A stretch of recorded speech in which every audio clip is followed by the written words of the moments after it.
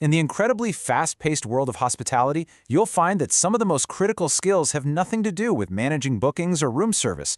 They're all about managing people. Today, we're going to dive deep into two areas that can truly make or break a career in hotel operations: mastering conflict and absolutely nailing workplace etiquette. My goal here is to break down some really practical, actionable ideas that you can start using immediately, whether you're at the front desk or in the back office. So let's get right into it. So, here's our game plan. First, we'll set the scene by looking at modern hospitality today. Then we're going to completely reframe how we think about conflict, and I'll give you a practical toolkit for resolving it. After that, we'll cover the real foundations of professionalism, talk about the crucial role leadership plays in all this, and finally, we'll tie everything back to what it means for your reputation and your career. All right, so to really get a handle on these skills, we first need to understand the unique world where they come into play, the modern hotel. I want you to just picture a hotel's front office for a second. It is the absolute nerve center of the entire operation. Every single hour, you've got this incredible mix of high-expectation guests, colleagues from all over the world, and just relentless operational pressure.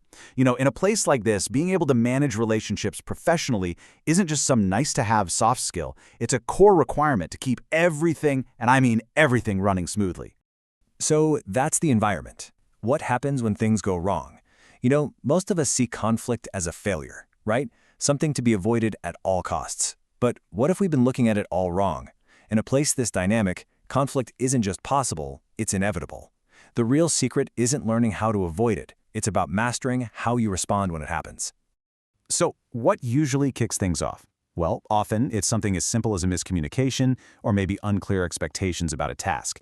But in a hotel, these little sparks can easily become fires because you've got that constant pressure from guests, the long hours, and the emotional toll of it all. Honestly, just being able to spot these triggers is half the battle. And the difference in outcomes here is it's night and day. On one side, you have poorly managed conflict, which leads to terrible morale, lower productivity, and of course, unhappy guests. But look at the other side. When you handle that same conflict well, it can actually build stronger relationships, boost performance, and create a kind of team harmony that guests can absolutely feel. This brings us to the really practical part. Okay, let's open up the toolkit you're going to need to turn these tense moments into really positive outcomes. It really all boils down to these 4 key pillars. It starts with awareness, just noticing the subtle signs of tension before they can blow up. From there, it moves into communication, which is actually less about talking and much more about active listening. Then comes clarity, making sure everyone is on the same page by reframing and summarizing the issue. And all of this leads to the final goal, problem solving, where you're not fighting each other, but you're working together to fix the actual issue. And the one thing that underpins all of this, it's emotional intelligence. In a heated moment, the ability to stay calm and collected is a genuine superpower. It's about being aware of your own emotions while also trying to truly understand where the other person is coming from. When a leader can do that, they create a space where problems get solved instead of arguments being won. Of course, none of this works if people don't feel the process is fair. Fairness is how you build trust. So as a manager, this means being impartial, hearing every single side of the story, and applying the same standards to everyone every time. And when things get serious, documenting everything isn't just red tape. It's about protecting everyone involved and ensuring accountability.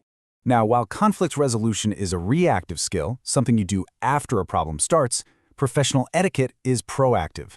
Think of it as the foundation you build to prevent a lot of conflicts from ever even happening in the first place. At its heart, professional etiquette is really just about respect. Using polite language, acknowledging your colleagues' hard work, but it's also about being dependable. In a hotel, timing is everything. Showing up on time for a shift handover isn't just polite, it's what keeps the entire operation from falling apart for the next guest. It's that critical. And that professionalism extends to how you present yourself. As frontline staff, you are the hotel's brand in human form. A clean, sharp uniform doesn't just look good for the guests, it sends a powerful message of discipline and pride throughout the entire team. And in today's digital world, etiquette isn't just face-to-face. Your emails, your messages, they need to be just as professional. But even more critically, you are a guardian of people's private information. Protecting guest data and company information isn't just a rule in a handbook, it is a fundamental, non-negotiable part of your professional responsibility. So who makes sure all this actually happens? Well, while everyone definitely has a role to play, the buck really stops with leadership. This quote right here just says it all, doesn't it? A team's culture is basically a mirror reflecting its leader. As a manager, if you model respect and professionalism in everything you do, your team will follow. Your actions will always shout louder than any employee handbook ever could. And you can see the two paths so clearly here. A great leader is in the trenches, coaching, reinforcing the good stuff, and holding everyone to the exact same high standard. The alternative? That's a leader who ignores problems, plays favorites, and lets a toxic culture take root. The path you choose as a leader literally defines whether your team sinks or swims. Okay, we've covered a lot of ground, so let's tie it all together and talk about the ultimate payoff here, your career and your professional reputation. Here's the bottom line. These skills are not optional extras. They are the absolute foundation of a real, successful career in this industry. Your technical abilities might get you the job, but it's your people skills, how you handle conflict, and how you carry yourself that will get you promoted. They don't just define you, they define the reputation of the entire hotel. So, as we wrap up, I want to leave you with this one question to think about. The standards you set for yourself, the way you treat other people, and how you navigate the tough challenges, all of those things together will build your professional identity. The choice of what that reputation will be, well, that's entirely up to you. Thank you.